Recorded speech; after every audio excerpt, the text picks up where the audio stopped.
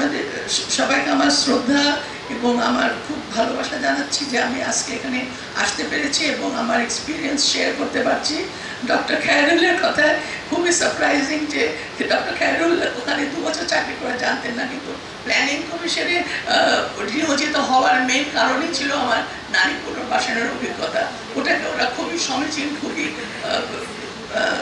Useful মনে করেছিল বলে আমাকে রিকোয়েস্ট করেছিল জয়েন করতে। তখন আমি জয়েন করেছিলাম ওমেন্স ডেভেলপমেন্টে, ওমেনকে দিয়ে লিড করানোর জন্য আমাকে রিকোয়েস্ট করা হয়েছিল। তো আমি সেভাবে প্ল্যানিং কমিশনে বিভিন্ন women's development programs in the education sector, infrastructure, second 5-year plan ওখানে আমি ইনপুটস দিতে পেরেছিলাম।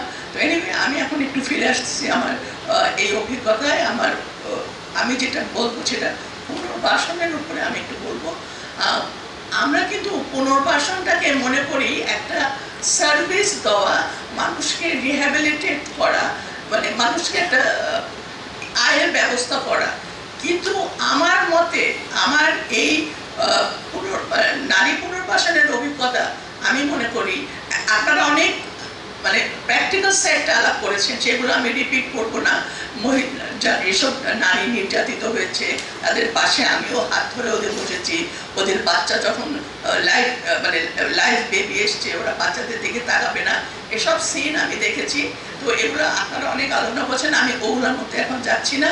কিন্তু আমি যাচ্ছি এটার একটা ইন্টারেস্টিং সাইডে, যেটা হচ্ছে এই যে দেখেন পুনর্বাসন যে আমরা বলছি, পুনর্বাসনটা কিন্তু আমাদের কিন্তু এটা মনে করিয়ে দিয়েছিল বিদেশিরা। প্রথম যখন আমরা যুদ্ধের পরে ওয়ার ক্রাইমস নিয়ে এত কথা বলছি, কোল্যাবরেটররা করেছে, সে করেছে, তখন আমরা বিদেশিদের সাথে ফ্যামিলি প্ল্যানিং ওনারা জড়িত ছিলেন।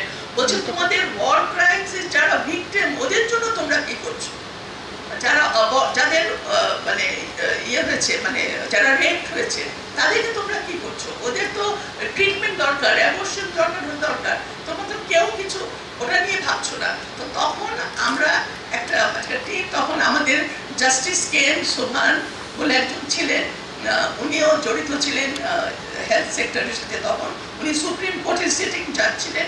উনি এবং জাহাঙ্গীর হায়দার আরও ডক্টর রব চৌধুরী বলে কয়েকজন মিলে বঙ্গবন্ধুর সাথে দেখা করে বলেন যে স্যার আমাদের তো একটা অর্গানাইজেশন, একটা কিছু করা লাগবে এসব মহিলাদের জন্য, কোল্যাবরেটরদের আইনের ব্যবস্থা হোক, কিন্তু এদের তো করতে হবে। তখন বলতে হবে তোমরা কি করতে চাও। তখন বললো বিভিন্ন দেশে এরকম মহিলারা রেপ হয়েছে, তখন ওদেরকে অ্যাবর্শন করাতে হয়েছে। তখন হিসাব করে দেখা গেল অলরেডি 7-8 মাস পেরিয়েছে। হিসাব করে দেখেন যদি কেউ রেপ হয় মার্চ এপ্রিল মাসে, ফেব্রুয়ারিতে তার কত মাস হয়ে গেছে, অনেকে তো বাচ্চা ডেলিভারি হয়ে গেছে। তখন বলা হলো যে না, বলো না, টেকনোলজি আছে, আরো ভালো যান উনিও জানেন এটা, যে আপ টু 8 months ডেলিভারি আমরা স্পেশাল পারমিশন নিয়েছিলাম। তখন জাস্টিস সুহানকে বঙ্গবন্ধু বলেছিলেন আমি বিপদে পড়বো নাকি, এই যে 8 মাস পর্যন্ত তোমরা অ্যাবর্শন করতে বলছো। তখন জাস্টিস সুহান, উনি সুপ্রিম কোর্টের জাজ প্লাস উনি একটা ব্যারিস্টার ছিলেন, উনি বললেন দরকার হলে বঙ্গবন্ধু আমার এখনো মনে আছে সিনটা, যে আমি আমার কোর্টের গাউনটা খুলে, আমি ব্যারিস্টারের গাউন করে আমি দাঁড়িয়ে কোর্টে ফাইট করে বলবো যে এটা প্রযোজ্য, এটা ন্যায্য কাজ। তো সেইভাবে আমরা শুরু করি। তারপরে আমাদের 8 মাস পর্যন্ত অ্যাবর্শন হয়। আপনারা সবাই জানেন, মাদার টেরেসার কথা শুনেছেন। মাদার টেরেসার মতন একজন মানুষ আমাদের অফিসে আসতেন, উনি এসে দাঁড়িয়ে থাকতেন কখন কোন ডেলিভারি হয়ে কোন বেবি উনি নিয়ে যাবেন। তো এরকম আমরা অনেক সুযোগ সুবিধা পেয়েছিলাম ওইভাবে। কিন্তু আমি যেটা এখন মেন যেটা আমি আনতে চাই যে আপনাদের নজরে, সেটা হচ্ছে যে নারী পুনর্বাসন কয়েক লক্ষ মহিলা, আপনি যদি একটা হিসাবে শুধু যান, আমার যে পাশের দেশে ভারতে 1 কোটি রেফিউজি গিয়েছিল, তাদের মধ্যে অনেকের আর্নিং মেম্বার মানে অসুস্থ হয়েছে কি মারা গেছে, কিংবা মুক্তিযুদ্ধে গেছে, মা বাবারা মানে অসহায় হয়ে গেছে, ওদের আর্নিং মেম্বার চলে গেছে। অনেক মহিলা আছে ফ্যামিলিতে যাদের প্রপার্টি ডিস্ট্রয় হয়েছে। তো কি হলো, একটা সোশ্যাল রেভলিউশন হয়ে গেল, লক্ষ লক্ষ মহিলা এসে গেল আমাদেরকে সাহায্য করে, আমাদের কাছে ফান্ড কই। কিন্তু আমি আমার দীর্ঘদিনের পরিকল্পনা কমিশন, ওয়ার্ল্ড ব্যাংক সবকিছুর এক্সপিরিয়েন্স থেকে বলতে পারি যে যখন একটা ভালো কাজ নির্ণয় করা হয় তখন ফান্ডের অভাব হয় না। আমরা কিন্তু তখনই আমরা তামুজ্জামান সাহেব তখনকার রিলিফ মন্ত্রী ছিলেন, উনি ওমেন্স তখন বোর্ডকে 1 কোটি টাকা দিয়ে দিলেন যে তোমরা কাজ শুরু করে দাও। তখন আমরা আমরা প্রায় 30টা সেন্টার খুললাম অল ওভার বাংলাদেশ। কেন আমরা তো শুধু ঢাকায় বসে কাজ করলে হবে না, বিভিন্ন জেলায় তো মহিলারা পুনর্বাসনের প্রয়োজনীয়তা আছে ওদের জন্য। তো আমরা তখন অফিস করে দিলাম। অফিস করে তারপরে আমি তখন যে বললাম ডাইরেক্টর প্ল্যানিং ছিলাম, অ্যাসিস্ট্যান্ট ডাইরেক্টর প্ল্যানিং, সরি, কিন্তু আমারও তো ওরকম কোনো অভিজ্ঞতা নাই। আমি একটু খুব শর্টে বলি, এটাও এখন খায়রুল বলবে যে শিরিনা বা আমি জানি না, আপনি গানও করতেন।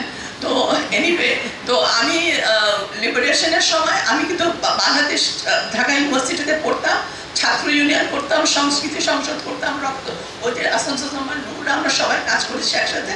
আমি ট্রেজারার ছিলাম, রক্ত করবিও করেছি, গানও করেছি আমরা অনেক।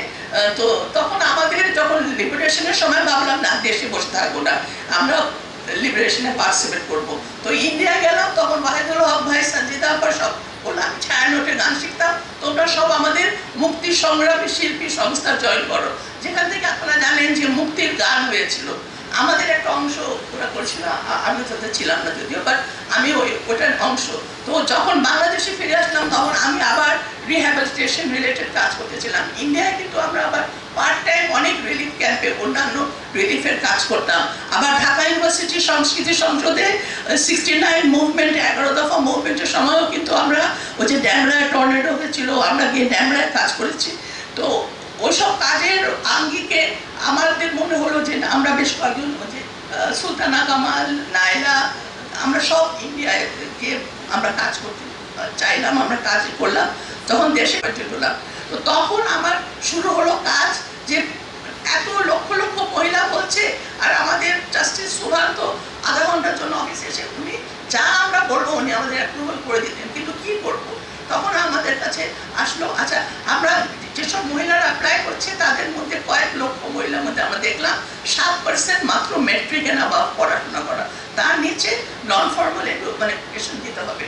নন ফর্মাল এডুকেশনের ডিজাইন করলাম, তাদের কাছে যাব যারা নন ফর্মাল এডুকেশন ডিপার্টমেন্টে গেলাম, তারপরে হাতের কাজ শিখতে হবে, শতরঞ্জি বানালে বিক্রি হবে বললো। তখন জুটের কাজ কোথায় শিখবো? জেলখানায় হয়।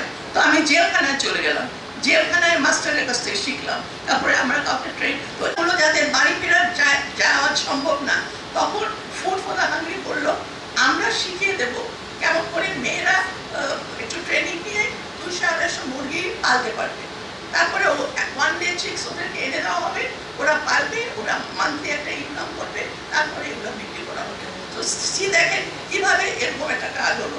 তারপরে যে নন ফর্মাল এডুকেশন, এই যে এনজিওরা তো পরে আসলো, আমরা তো গভর্নমেন্ট সাইড থেকে প্রথমে কাজগুলো করলাম, তারপরে গভর্নমেন্ট থেকে ওদেরকে ট্রেনিং দেওয়া হলো, তারপরে ওদেরকে আমরা এমনকি ট্রেনিং সেন্টার থেকে প্রোডাকশন সেন্টার করলাম। আচ্ছা, সেই একই সময় আচ্ছা বঙ্গবন্ধু আরেকটা কথা বলেছিলেন, আপনারা ফ্যামিলি প্ল্যানিং এর অংশ হবে না, আপনারা সোশ্যাল ওয়েলফেয়ারে যান, ফ্যামিলি প্ল্যানিং হলে অন্যভাবে দেখা হবে। কিন্তু কয়েক বছর পরে যাদের ডিপার্টমেন্টেরই ফ্যামিলি প্ল্যানিং এর হলো যে population problem became problem number 1। তো তখন ওর জন্য কি হবে? তখন বলা হলো মাল্টি সেক্টরাল অ্যাপ্রোচ করতে হবে। ফ্যামিলি প্ল্যানিং মিনিস্ট্রি একলা এত বড় ক্লায়েন্টেলকে সামলাতে পারবে না। তখন টিএফআর আপনারা জানেন, টোটাল ফার্টিলিটি রেট ছিল 6.5, ওটাকে নামাতে হবে। ডক্টর ইব্রাহিমের মতো মানুষ এসে বললো না, এটা নেট রিপ্রোডাকশন রেট অফ 1, এটাকে কমিয়ে আনতে হবে একটু 2%, 3%। এটা কিভাবে সম্ভব? তখন বলা হলো মাল্টি সেক্টরাল অ্যাপ্রোচ লাগবে। তখন আমি আবার উমেন্স ফাউন্ডেশনে ছিলাম, আমাকে বলা হলো ওয়ার্ল্ড ব্যাংক কি তখন বুঝছে আমাদের কাছ থেকে প্রজেক্ট দেওয়ার জন্য বলতেছে, তবে তুমি এই উমেন্স ভোকেশনাল ট্রেনিং নামের প্রজেক্টটা তৈরি করে তোমরা প্ল্যানিং কমিশনে যাও, প্ল্যানিং কমিশন থেকে অ্যাপ্রুভ করা, আমরা ফান্ড করবো। তো ওই যে আবার প্ল্যানিং কমিশনে যাওয়া শুরু করলাম, তখন প্ল্যানিং কমিশনে আবার আমাকে বললো যে এখানে আমাদের লোক নাই, আমাদের বোর্ড দেখিয়েছে, ওমেন্স বোর্ড, পরে ওমেন্স ফাউন্ডেশন, পরে ওমেন্স ডাইরেক্টরেটও হয়েছে। তো আমাদের খুবই দুঃখের ইতিহাস থেকে কিন্তু আমরা একটা সুন্দর জীবনধারায় চলে গেছি, ওমেন্স ডাইরেক্টরেট করতে পারেছি। কত কান্ট্রিতে ওমেন্স ডাইরেক্টরেট আছে বলেন, আর মহিলাদের এত উপকার হয়েছে এটাতে। তো এইটাই আমি বলতে চাই যে এখন আমাদের ওই চিন্তাটা করতে হবে যে আমরা অনেক অবদান রাখতে পেরেছি, আমরা করতে পেরেছি, আর আমরা ভবিষ্যতে আরো এগোতে পারবো। এই নিয়ে আমি আমার বক্তব্য শেষ করছি। Thank you.